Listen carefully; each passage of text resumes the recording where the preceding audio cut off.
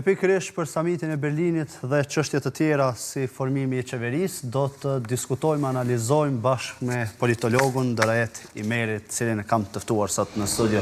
Imeri, faleminderit shumë për kohë. Faleminderit për mundësinë. Kurti e pam se po qëndron në Britani, atje ku edhe mori pjesë në samitin e Berlinit, paksa deklaratat e tij dhe takimet që pati atje edhe zhvendosën vëmendjen nga rrjedhja e fatit e që fatmirësisht ose fatkeqësisht për Kurtin është edhe 3 ditë prej kur do i duhej që të prezanton qeverinë e re. Megjithatë flasim pak për samitin, si pot, deklaratat, paraqitjen e Kurtit atje, disa takime, mori disa mesazhe në anën tjetër. Për vendet sikur Kosova, natyrisht që forumet multilaterale, sikur procesi i Berlinit, duhet të jenë arena e maksimizimit, ta themi, të interesit të Kosovës në kuptimin e diskutimeve, takimeve, që për hir të së vërtetës kryeministri Kurti ka pasur relativisht të varfra, do të thënë, angazhimin në takimet të kësaj natyre. Natyrisht se ku është thirrë si Kosovë ka qenë prezent, kjo është evidente, por unë besoj që Kosova si vend i ri duhet që të jetë më aktive në politikën e jashtme. Pra, konstatimi është se i parë është se forumi i procesi i Berlinit me takimin e mbajtur në Britaninë të Madhe, konsideroj që është e rëndësishme, madje shumë e rëndësishme për kohën, për 2 arsye.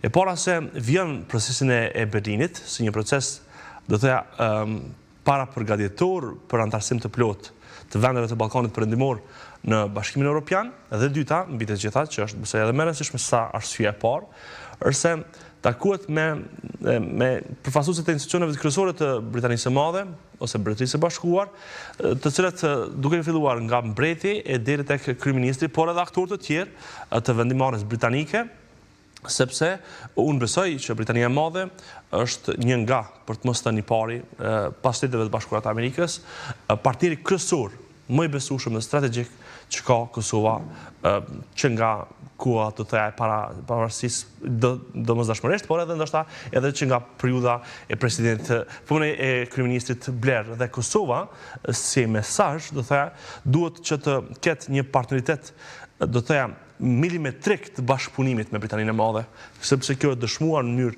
të vazhdueshme si një partner strategjik dhe i besueshëm i Republikës. Imeri e thash krejt në fillim që pati takime, më pas pati deklarata edhe mori mesazhe. Kur po ndalemi pak tek deklaratat, Kurti atje kërkoi që të ndëshkohet Radojčić, të ndëshkohet Serbia faktikisht, duke thënë se fshini ynë armiqësor s'po e ndëshkon Radojčićin. Çfarë do të thotë një kërkesë e tillë, në një samit të tillë, me një peshë të tillë siç është ky i procesit Berlinit?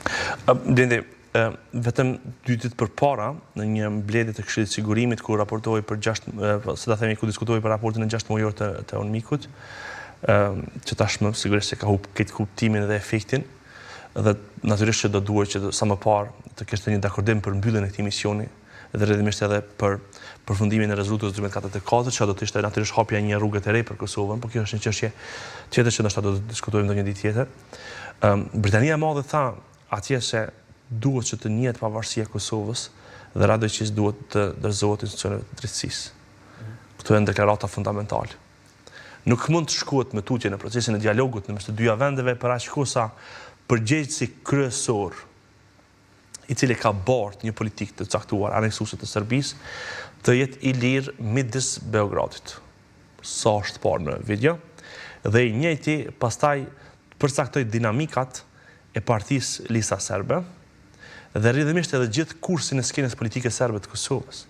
Nuk mundet, nuk ka mundësi, s'ka dhe rezëm politik të thoya për të shkuar më tutje. Është fundamentale për raportet Kosovë-Serbi që Radojčić të dorëzohet dhe gjithë ekipa e tij.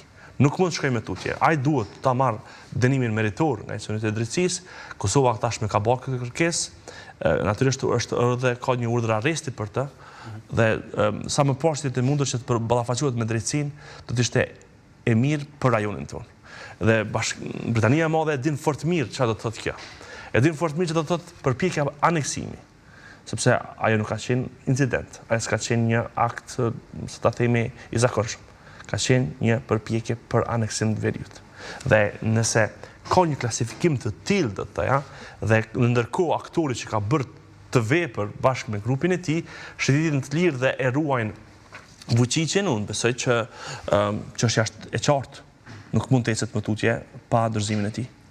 Në fakt, dërajet edhe kancelari Gjerman Merz u bëri thirrje Kosovës edhe Serbisë në anën tjetër që të intensifikojnë dialogun për normalizimin e raporteve mes njëra tjetrës. Si shihni këto thirrje, ndonë se janë të shpeshta në anën tjetër me tërë këto probleme me të cilat po ballafaqohet Kosova aktualisht të brendshme, të quajmë, dialogu edhe është se ka mbetë. Çështja nuk është vetëm te Kosova, por dialogu nuk ka mbetë peng për shkak të Kosovës. Ne kemi pas një palë zgjedhje në Serbi, kotra zira të vazhdueshme atje. Serbia po mon parada ushtarake kërcënuese ndaj rajonit. Serbia ka orientime të qarta kundrejt Bashkimit Evropian. Serbia s'është interesuar për paqe dhe stabilitet. E përdor zgjatjen e dialogut si një proces, të thëja, që dëshmon sipas saj se Kosova është një histori e papërfundueshme, përdor dialogun për të penguar antarësimin e Kosovës në organizata ndërkombëtare. Fatkeqësisht ne kemi marrë do obligime, të cilat duhet që të japim një përgjigje, çështja e asociacionit është fundamentale në këtë aspekt. Skena jonë politike, se të që dëgjuat e zoti Halitin më herët, nuk është se ka ndonjë dakordim për pika ky që jemi një proces të zotër politik. S'ka institucione me legitimitet plot dhe rrjedhimisht edhe ky proces ka mbetur si ta themi peng i kësaj.